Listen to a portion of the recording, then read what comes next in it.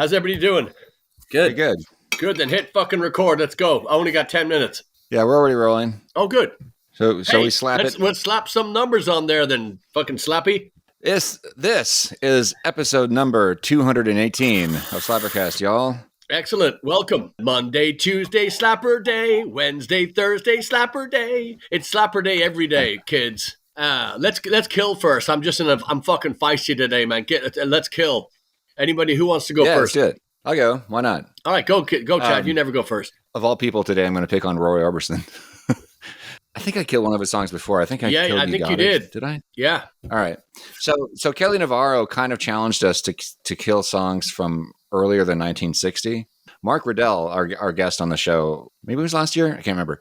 He killed actually Folsom Prison Blues. Just to be technical, wasn't one of us, but he did kill that one. That's like 1957, whenever that one came out. I can't remember. So I'm going to kill Roy Orbison's. I think it was his second single, "Ooby Dooby," which is something he didn't write, and it's just not a very good song. No, I think the only reason why anybody talks about it and people were fond of it is because he sang it. Who talks he sang about it as well? Well, he used to play it. Yeah, even at those last concerts he did in the 80s, he performed it. So I think it's a favorite of the people who really dig Roy like that song just because it's him. Yeah, but that's the thing. It's like it's a testament to him that he took such a crap song and made it legendary. It's because he's singing it that we're still talking about it. That's the only reason. No, we're only talking about it because you're talking about it. We can forget it now. That's a good one to kill. So I'm replacing that with, I was mining through his catalog earlier today, just listening to a lot of stuff I hadn't heard before. And he's got so much great stuff throughout his entire career. His early career too, there's a lot of really great stuff there. But I happened to listen to his very last album, Mystery Girl, which came out 89, around the same time he was doing the Traveling Wilburys. Has You Got It on it, the song that I already killed. So there's a song in there called California Blue that he co-wrote with Jeff Lynne and Tom Petty. And it's really nice. It's a very simple song, but there are parts in there that allows him to kind of to stretch, in that Roy Orbison way. Yeah. And Jeff Lynne, who produced it, displayed remarkable restraint in the production. It sounds more like Tom Petty's Jeff Lynne feel. It's very, very solidly strummed 12-string acoustic guitars. It sounds like that Tom Petty's playing. And not a whole lot going on. There's bass and a little bit of tropical sounding synth lines coming in and out of it, and backing vocals, which are way in the distance. So it does what it should, which is bolster Roy's voice. And I don't even think it's double. You don't need the double track Roy's voice. It's just really great performance. So I hadn't heard that before today. So highly recommend listening to that one. I guess you call it a deep cut. So. Very cool. Turbo, what you got? We're killing first. First. No, I made a joke. I made a joke at the last show that I was going to resurrect it, but I'm going to kill it. I'm going to do Salt and Pepper. And oh, great! What was the name of that song? All I know, it's got the line, "Girls, what's my weakness?" And then everybody goes, "Men!" And I'm like, I've been singing it all day. I hate this song because I sing it. It's one of those songs. It's like an earworm song, so I'm killing them. So we thought it was TLC, but I was like, it's Salt and Pepper. Whatever the name of the song is, it's I thought out, that was Shoop-a-Doop, that one that was playing. Wasn't that? That was Salt and Pepper. That was Salt and Pepper. Yeah. Is that the one? Yeah, whatever the name of it is. I had it earlier and then I forgot. Okay, I didn't know that was the same one. My Windows brain just shut down for a minute, but that's all right. That's the song I'm going to kill. Okay. That's not, is that 90s? Is that the 90s? I believe so. The song I'm going to resurrect, I'm going to start with the band Unwritten Law. It's going to be on their self-titled album. We used to call it the Black Album. This came out when I was in high school. I think this album was out in 1998.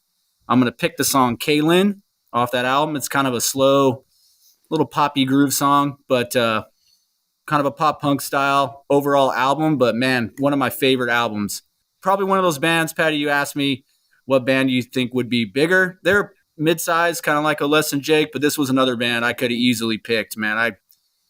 Stacie and I were listening to it today, and she's like, man, I forgot about this one. And next thing you know, we're 8 songs deep on this record. It's one of those records I could play start to finish. And so I'm going to do Unwritten Law, and I'm going to pick the song Kaylin. And on their self-titled or the Black Album, I highly recommend it. It's cool. Very cool. I've been on this this Aussie kick and I've just been going back to listening to the early stuff. And when Randy Rhoads died and Ozzy went out on the road, he took a guitar player named Brad Gillis out with him, and he was actually famous for his Night Ranger work, which I could give a fuck about. Night Ranger, can't stand that band. Everything bubblegum and everything pop. They were kind of like Poison. If Poison could read, it was that bad. It's to me, like listening to just like that bubblegum, shiny, worthless, transparent, weak. So anyway, I'm obviously not a Night Ranger fan, but good God, Brad Gillis on guitar. He stepped into Randy Rhoads' shoes and oh my God. I mean, did what any great guitar player would do. He kept the brilliance of Randy Rhoads, and he also added his flavor to it. But he also did Tony Iommi from Black Sabbath. He did, when they did their stuff, he put his, he modernized all that Sabbath stuff. It's really difficult for me to pick a Black Sabbath song that I do not like. Ozzy's got a few that I can skip over quickly. Flying High Again is a great song, but that's the one I'm going to kill, only because it's just I've heard it so much. It's not necessarily a bad song.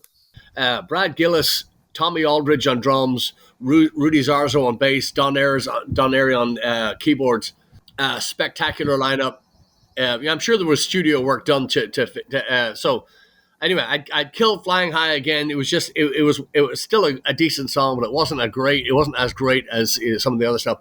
But there's a song on there called Steal Away the Night, and it's just or Steal Away, and then parentheses it's Away the Night. But it is kind of, it's even poppy. It's got a really cool really cool riff, but it's kind of a pop driven tune, and it's just it could open any rock and roll show. It's just a great number.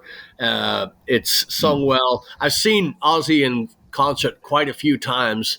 The last Black Sabbath run that they did, I saw him and took my kids, and it was awful. He was singing way out of key for the whole thing, and it was just very, very forgettable. But Steal Away the Night, Ozzy Osbourne, Brad Gillis, Rudy Zarzo, Tommy Aldridge. Good God, what a great number! And cool. Yeah, it really is. It's one of those rock and roll songs that just I never tire of it. It's an old one. So yeah, I'll do some work on my 50s and 60s killings, but right now I'm stuck in that Ozzy Osbourne thing. In that and I made the right or wrong. I was Ronnie Dio took over from Ozzy when they kicked Ozzy out of Black Sabbath, and Sammy Hagar took over from David Lee Roth when they kicked him out of the band. And I was thinking, two bands that had decent success after the original singer, right? Pretty. They both went on to do pretty big things. When you listen to David Lee Roth and how just brilliant that any Van Halen fan, if even if you came to know Van Halen in the Sammy Hagar years, and I detest Sammy Hagar, I'm just not a Sammy Hagar fan. But if you came to know Van Halen in the Hagar years, it would still be, you'd still go back and listen to David Roth and you go, oh my God, that's incredible. And same thing with Dio. I think that even if you like that Dungeons and Dragons and rainbows and, voodoo, Ronnie Dio was just very, he was into all that magic and the dragons and the cauldrons and the witches and all that stuff. But even if you went back and heard then, the stuff with Ozzy, I just couldn't see how you would dislike that. You may not like Ozzy's voice. That's definitely an acquired taste, but the songs never lose they just never lose that punch. But I thought to myself, I just couldn't think of any other bands that went on to have as maybe not as big success, but still still did big work. I was just trying to rack my brain. How many other bands do you know that did that? Iron Maiden did well. I mean, they did really well. I don't know if Paul Di'Anno could have ever. I love Paul Di'Anno's stuff, but I don't know if he could have. I don't know if they could have made the magic that they did with Bruce Dickinson with Paul. I don't know if that would have happened, but anyway. So I as usual, I spin way out of control on these things, but it was just I had a lot of time in the doing work in the garden today, so that was my cool thing. So. When Rage Against the Machine changed, they changed their style, but they went to, was it Audio Slave? And they had Chris Cornell sing for them. And I never did you ever heard hear that album? No. Oh man, it's good. They're trying to think of some of the songs they did. I'm going to look them up. It's been a while, but that was one where, it's the three other guys in the band and Chris Cornell, and I thought it was great. I mean, it was good. I didn't even know about that, and I like Rage Against the Machine. I like their stuff. I like that. Yeah, I bought two of their records. Rock, little less of the kind of rap rock, but more of that. They kind of shifted a little bit, but really good. I know Pennywise did that too. That band, and when their singer left, and they had the singer from the band Ignite step in, and I loved it. I mean, don't get me wrong, I love Pennywise and I like the original, but I really liked him. But now the original singer's back, so I guess that's one that didn't really stay, or I don't know the ins and outs of the details, but it's kind of weird. Now you got me thinking about bands that have done that. I wonder how many mid-levels or small bands do that. Yeah. But the Chris Cornell thing too. I wasn't a Soundgarden fan at all, but I love his voice. I just think Chris Cornell was one of those singers that, again, not Freddie Mercury, but still one of those in that talent level. His voice. I mean, god damn, that range and that So Chris Cornell was one of those guys. Again, I get that. I understand why people like Soundgarden. That wasn't my thing. We were a little bit against bands like that. Just because of that grunge thing. They kind of took all the fun out of rock. They kept the rock and they lost the fun. And they just ended up being these flannel, wearing hiking boots and shorts. Jean shorts. I mean, just all. I mean, stuff that Larry the Cable Guy made a career out of wearing their clothes. And that's about the funniest thing ever when you think of Larry the Cable Guy's career. What I said was the funniest thing that was ever been attributed to him. That piece of shit. So anyway. Moving on. I don't think I ever owned a Soundgarden record either. I don't think I ever did, but I did like what they did with that Audio Slave. I thought that was neat. I'm going to have to pull that out. I think I have it still. I think I have one of the records, but... Now, you said Audio Slave or I thought you said Rage Against the Machine. Yeah, it was Rage Against the Machine, but then they had the three guys, the band without Zach, the singer, teamed up with Chris Cornell. So then they named it Audio Slave. So they didn't name it Rage Against the Machine, but it was the same guys, just with a different singer. I didn't know. Okay. I know Audio Slave. I know those guys. And I didn't hear anything from them that I like, but again, I'm not familiar with it, so I don't know. Yeah. Yeah, I liked it. It was good. Going back to what you were saying about the reason why you don't like grunge is that it's just like it's too serious. Like, I hadn't really thought about that. Like those guys, it is a fault for a lot of that music that they really take themselves a little bit too seriously. Yeah. Is it because it's all the kind of dark, moody shit, I guess, or I like Pearl Jam because I think Eddie Vedder, again, like Chris Cornell, is one of those voices that you just can't. I mean, even if you don't like the music, you've got to give that guy credit. He is such a brilliant singer and a phenomenal performer. However, the music never grabbed me. Just never. So I was going to say about grunge typically, or at least the cliched idea of grunge, like not having a sense of humor. I think, and I know you're not a Nirvana fan, but Nirvana, I don't know if they get enough credit for their music was funny too. There was a sense of humor in some of their songs. You know, it was a little understated, but even in like Teen Spirit, the lyrics were not really meant to be taken seriously at all. You know, but that was true for a lot of their stuff. But that is something that I think a lot of people, the Nirvana clone bands, kind of lost. I don't know. The humor wasn't there for a lot I would of agree stuff. with that. I would definitely agree. And again, I don't know enough Nirvana. Of course, I heard that's a great kill. By the way, is Smells Like Teen Spirit. Good God. Oh, I think even Kurt Cobain would kill that song if he was still alive. I think. Yeah, I mean, yeah, he should have taken that with him. But yeah, I was I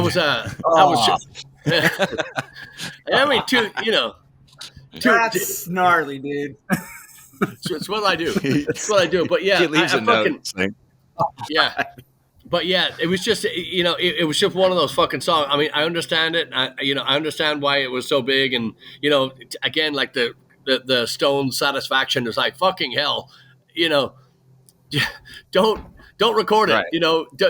It's too, it's just the lowest hanging, just fucking stop. But I have to say, that was one of the ones that was just, yeah, again, you have to write what you love. You have to write what moves you. And I understand that those guys, and grunge was so fucking huge. I hate everything that Stone Temple Pilots did. I hate everything that, some of those bands I hated just because it was right in that time period where you had all this and everything on the radio just sounded, more depressed and more, crappy than the song before. Anyway, so yeah, and I keep going back in my head. I keep thinking of all these bands, that replaced a singer and went on to do. I saw actually I'm wearing a Thin Lizzy shirt right now that I saw Tommy Aldridge again on drums, and John Sykes fronted Thin Lizzy with Scott Gorham, and it wasn't that they were trying to be Thin Lizzy. It was just that they wanted to continue the music. And if you've ever heard, I mean, Turbo, you can attest to this now, that music just has to stay alive. It's so again, I know this is taste, but I've just said how crap grunge was. That just wasn't my thing at all. And again, it's not that the music was, that these artists were bad. It was just, it wasn't, and that time in music was everything was so down and just miserable. And, again, flannel and hiking boots and jean shorts and, just unwashed, so it was just, it's one of those things. I can't, there's nothing salvageable. There's nothing audible. There's nothing fun. There's nothing, inspiring in that genre. But again, going back then few years, the Thin Lizzy stuff, when Phil wrote those songs and they executed those songs live or on record, I mean, they're as just like Roy Orbison, just like Bruce or any of those things. They'll be around forever. And thanks to people like John Sykes that have been flying that flag, and keeping it alive, Yeah. I think the grunge thing too, it's kind of where where it came from, right? A lot of it's in that Northwest. I lived there. I know. We used to make jokes when I moved there because I came from the Southwest originally, and it was a completely different scene. Now I wasn't, and when we got there, I used to make jokes. I'm like, it's grunge and Seahawks. That's it. But it's like they embrace it up there. Like it's so big, you almost kind of like it because it's like their culture. It's like a different environment. So it's just amazing to me, like where you live or where you're around, kind of what you're listening to every day. It's wild. But it's big up there. I remember when Pearl Jam did a reunion show, or whatever you want to call it. Right, we're coming back, and they did it at the stadium there. Every single neighbor. I mean, they threw like a neighborhood party. They were so excited. I never seen anything like that. I was like, man, it was like their culture. They were like, no, we're going. So it was a big deal. Yeah, it's very. Yeah, I mean, I understand it, and I wanted to like it because I had to listen to it every fucking night when I was bartending. and bands just torturing those fucking songs. So maybe I don't hate it as much as but I really did. We had live music. I want to say at least 6 nights a week, sometimes 7, but 5 to 6 nights a week. And I promise you that you heard those songs every night. So hopefully these guys have a really nice collection of B-sides, because I don't like any of that. I don't like that stuff. But again, opinionated, and that's just. Did we say thanks to Bill's Blades for our new mugs? No, we didn't. Well, that's awesome. What a nice. I will say that espresso doesn't taste that good in it, but I'm going to finish it. In a brass cup. Yeah. But our friends out at Spirit Haven. Oh my God, what was that like? That was great fun being out there. God. Such great people. It was like its own place. Planet Spirit You're Haven. in a different land. Yes, absolutely. That's the way it is. Different planet. Yeah. So, myself and little Chris and Laurie, Merch Maiden, we drove up the night before, and this is on a huge ranch, just in a place called Flatonia. It's beautiful. I mean, gorgeous countryside. Just right outside of LaGrange. It's just got there acres and acres and acres of beautiful trees, and the thing I love about those guys too is they appreciate their surroundings, and they love their land, and they love their that environment. And my hat's off to, actually not taking it off, but tip of the hat to them. Anyway, so Laurie and myself and little Chris went out the day before, and first thing we saw as we pulled in, we saw a hawk take off with a snake, and it must have been about a 4-foot, 5-foot snake. It was just like, yes, here we go. And a big sign, watch for snakes. I was like, oh, they know I'm coming. It was start to finish. So we went up on the Friday and left the gear off, and this is their Beltane festival from start to finish. Like I said, we went up on the Friday night. They offered us places to stay out there and whatnot, and but the hospitality, the stage was phenomenal. The sound guy Jim, Chris, and Cliffy, and all the crew. Oh my God! From start to finish, everybody. Nobody could have been nicer. And like I said, this is their spirit. This is their Beltane festival. It's a pagan festival, but they like I said, they literally worship the ground that they walk on, and it was magnificent to see the care that they take in of the surroundings, and I loved it. There was a lot of festivals that we do, a lot of places that we go, this, and I bitched about this for years, is you have your little water bottles like this, and they'll leave cases of it by the stage, and the band will come along and they'll take a sip out of one and they'll leave it, and they'll take a sip out of another, just plastic bottles everywhere. And the older I get, the closer I get to being a hippie, the closer I get to it. But I fucking hate the waste. I hate the 30 bottles, 30, little 12-ounce bottles per band member, half drunk, you don't know whose is whose. You just go get another one. And it's just, they don't do that. They call it, pack it in, pack it out. Whatever you bring, take with you. So there was no plastic bottles. They gave us a huge cooler, and Bill's Blades gave us our beautiful brass mugs, and there was no crap on the ground. There was no. I mean, it was magnificent. It was absolutely magnificent. Yeah. It was, even the mosquitoes apologized if they bit you. It was so nice. I mean, they couldn't. Nothing was wrong. I mean, it's a utopia. It's a paradise. It was just phenomenal. It was just my lord, bite. Oh, sorry, and then it's gone. It's savage, absolutely brilliant. So, props too for Stone Circle Tribe. Is that what they're called? The band before us. Or Stone Temple Pirates, as you call it. But you could remember the name. Yeah. I think it was Stone Tribe Circle or Stone Circle Tribe. Stone, I don't know, Circle Tribe. somebody's Yeah, that's Stone, right. I was really impressed with. They did a couple covers which were like okay, but when he really just leaned into his original material, and I didn't catch that guy's name, the lead singer, guitar player. I really thought his songs were great. They were very catchy and groovy. He had this really cool, just kind of bluesy, earthy voice. So yeah, I thought that was great stuff. I heard he seemed more comfortable playing his own stuff. Yes, I caught that too. He seemed more they seemed more comfortable when they were playing the originals. Yeah. Yeah. Oh, well, shout out to the food guy. Was it Ray? Who was the food guy? Ray. Yeah. Ray. Ray's. That was good. Yeah, it's good stuff. Yeah, you know, Jeff made a comment. He said, and I was like, oh my gosh, you're right. He goes, I don't think I saw one person on a phone. Nothing.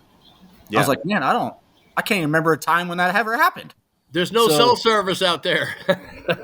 No. Yeah, there's not much. You can't be on You're a not phone. allowed to take pictures, and there's no service. Yeah. You know, everyone's engaged. You know, they're there to be present, man. That's true. They're there to be present. Exactly. That was again. I woke up this morning, and I put the guitar immediately to the guitar. I jumped out of bed. I'm telling you something. If hey, stop it. I hate to sound again like a hippie, but there is energy in the earth. There is energy in the air. There in the water. I mean, I'm telling you, there was something about it. It was I got about 3 or 4 hours sleep. I woke up early in the morning, straight to the guitar, started working. Worked in the garden all day. I always love Slapper Day, but today was one of those days because we had visited an environment that was it's just magical. I mean, all I can say, they were the Spirit Haven group. They are so involved and so in love with their environment, and they treat it so well, and it treats you well. There was just power. There was massive amounts of power in that. In the people, in the plants in the area, it was just that was a special place, and we're just so grateful to them. They took care of us from start to finish. I mean, just always. What can we get you? How can we do? Same thing with Jim, Jim running the sound. We're always polite to the sound guy. You never, it's kind of like you don't piss off the chef, right? You don't want to eat that stuff, right? Same thing with the sound guy. Got to be nice to the sound, but. This guy was one of those guys that knows everything, but doesn't tell you. When you go to a show and the sound guy gives you his resume unannounced, I mean, when you're not asking any questions and he's giving you the answers, you're in for a shit night because that guy doesn't know anything. When it's the same in life. If somebody's just telling you everything about themselves, they got nothing. They're fucking useless. Tits on a board. He didn't flex. He didn't shout. He did nothing. And man, what a guy! Just ears, eyes, everything on us on the thing. I mean, he gaffer taped the cables down so we could move freely about that. That's top level stuff. An hour set. Minus the rain, but Sorry, I know I'm long winded, but I'm electrified today, and also you guys played out of your minds. Jeff played out of his mind. It was there was a magic there as well, and the people, our new friends at Spirit Haven, they could tell they were. Like you said, Turbo, like there was no phones and there was no, and Kathy and Peter, Jeff's parents came out. They had a ball too, So yeah, no phones, no TVs. The things you're like, I like too though when the rain popped in there for a minute. They came running and tarped everything, like that. And so that was exciting. Yeah, I bet your samples. They're resting right now. We had to clean them up a little bit. There was one of them was like green already. I was like, oh my god. I did lose what looks like 2 mics, but that's okay. It's not really? rock and roll if you don't have that. Yeah, I can't get them to fire at all, so I don't know. yeah. It's not the cables on those, but it's all good. So Yeah. I'm gonna let them sit for a minute, but I couldn't get them to work this morning. All right. But drums look fine. Everything looks good. But we did that was hilarious because the big tarp above me had pulled all the water, and we kind of thought it was there, but I didn't really notice. And you're like, oh, I'll just push it up and get to go out the back, and it's all whoosh. I was like, let's just go. Like, let's just play. Yeah. At this point, I'm like, we're soaked. Let's go. It was more like of a canvas like tent than it was a tarp above us, so it definitely was not watertight. No, that thing. Yeah. It was actually mesh. It was a very fine mesh. It wasn't even, Right. Yeah. So that's why. So, but yeah, I'm sorry. I thought I was going to get it to. I thought I was going to get it to like go beyond. Hilarious. Oh my god, yeah. But it was, and the other thing He looked too. at me like, I was like, let's just roll. But that's the other thing too. Because we were trying to get the just get back to playing.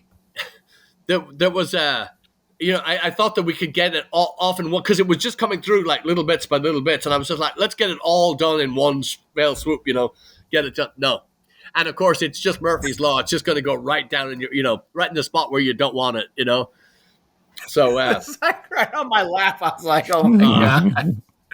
I was just soaked. But I said to somebody, I forget who I said it to, but would you swap that for the intense heat that was before it, and which or take that and the weather that we have now, 68 degrees, motherfuckers, and it is. It's as you can see, it's just fucking heavy. I mean, I couldn't sweat right now if I fucking. Well, I'm not even going to say that. Well, I shouldn't say that, but. Yeah, it was. I mean, the temperature, the weather, everything right now is just so fucking amazing. Thanks to that cold front. I felt like we played 2 shows. It was like 2 environments, 2 shows. Yeah. It was like one was super hot, and then the next one, I'm like, where are we? Like, It was trippy too, watching the storm just basically heading straight for us. And it was coming. There was a hope there for a second. It was coming at kind of an angle. It's like, well, maybe it'll just miss us. Well, that's why I didn't stop, because the clouds. It looked like we were on the ass end of the side of the storm as it moved away, and we were watching lightning strikes coming in. And I was like, man, we got this. It's and it only rained for what, like 20 minutes, I think. Yeah. No. Yeah, it gets between the rain and us cleaning up, we lost about almost a half an hour, I think, out of that second hour. Yeah, but it was much worse. Like off to stage right. It was much worse over there. Yeah, that's why. That's why I kept playing, and we started back in with Ziggy by David Bowie, and our friend Chris, his band had played the night before, and they did that song. So the rain killed it halfway through, so we started it back up again. Yeah. And they were like, "I'm so fucking glad you did that show, that song." That was normally we wouldn't have done that. Well, that song is for that. We wouldn't have played that song, but that song is for Kathy Duncan, Jeff's mother, who huge David Bowie fan, huge, and Jeff plays that song so well, so we had to. Yeah. Well, typically when we get interrupted for any reason, like if a string breaks or power goes out, whatever, we'll typically start a different song when we come back, and then we'll come back to it later. That's typically what we've done. But this time, like you said, it was only appropriate that we swing right back into it because of the people who were there. Yeah, I think I'd take the back half. That was the rain and just rock and roll and let's go. And like everybody at that point was like, "Wah!" Because I mean, everybody went through the same little storm we all went through, even the crowd. Yeah. And so I think I'll take the back half. Yeah, they certainly enjoyed the weather. That cold front, because we paid for it. I got there at 11 a.m.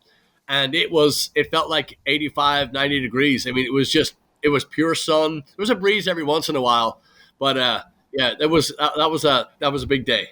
So I was so glad we had stage monitors because I couldn't keep my ears in. They just kept falling out because I was so sweaty. I was dripping sweat that every time I turned my head, they would just fall out. No matter how hard I pushed them in, I couldn't get them to stay in. So I was like, "Oh, so glad we had those extra monitors." Well, that's what forget it. I asked Jim if we could have the stage monitors. Basically, what we did was we put what was going out in the mains, we put them on the stage monitor, because I had asked for that only because when we're not doing our own sound, again, and it was no slight on Jim, the sound guy, it was just because I didn't know who we were dealing with. I wanted to have it on the stage as well, so we were getting the mains coming back through us, and it was really cool because he just perfect level, and the balance and also the clarity when we were sound checking. I was like, this is weird. Usually there's a buzz, and we don't have the high end in-ear systems, in-ear monitoring systems that a lot of these bands have, because it takes the gear itself takes up so much room, and you have to have all this rack mounted stuff, and it's not only cumbersome to transport, but it's also extremely difficult to maintain, and and we pride ourselves on being up and running quickly and all that stuff, blah blah blah. But yesterday the clarity in the mix in the ears was just unnerving nearly, and it was like I say, the band, I thought we played extremely well for the heat and for the length of time that we had been there, because we spent the entire day in the sun waiting to go on there. Because of the Beltane Festival, there was a ton of stuff, a ton of activities throughout the day, and everything was running on schedule. And again, credit to the organizers, because everything ran like a clock, and we should have been exhausted and lifeless by the time hey, stop it. We should have just been out of gas by the time we took the stage, and it wasn't that at all. It was a terribly fun day, y'all. Terribly fun. Yeah, no, it was weird. I was almost home, and it was like 10:30. I'm like, shouldn't we just get started? It was crazy to be home that early, especially having driven that far. Yeah, that was cool. Yeah, I was thinking about the power. I wonder if how clean the power was and how noiseless it was. Either Jim had some kind of really like super powered conditioner he was using, or they just have a really good electrician who services the grounds there. I just never have encountered that before. Yeah, it was no generator. It was power, from something. It was just brilliant, Mm-hmm. And again, credit to the gang working there, because everything ran like clockwork, and we were in and out, and so well taken care of. Mm-hmm. Yeah. So this weekend, we're playing a place called, our first time playing at 19th Hole, which is it's a new venue to us, but it's a well established live music venue. Heard wonderful things about it. Really looking forward to that. And Saturday back up to Grapevine, which is just outside of Dallas. But Grapevine is it's a Highland Games. It's all ages. It's going to be. There's three bands: Plunk Murray, River Driver, and Blaggards.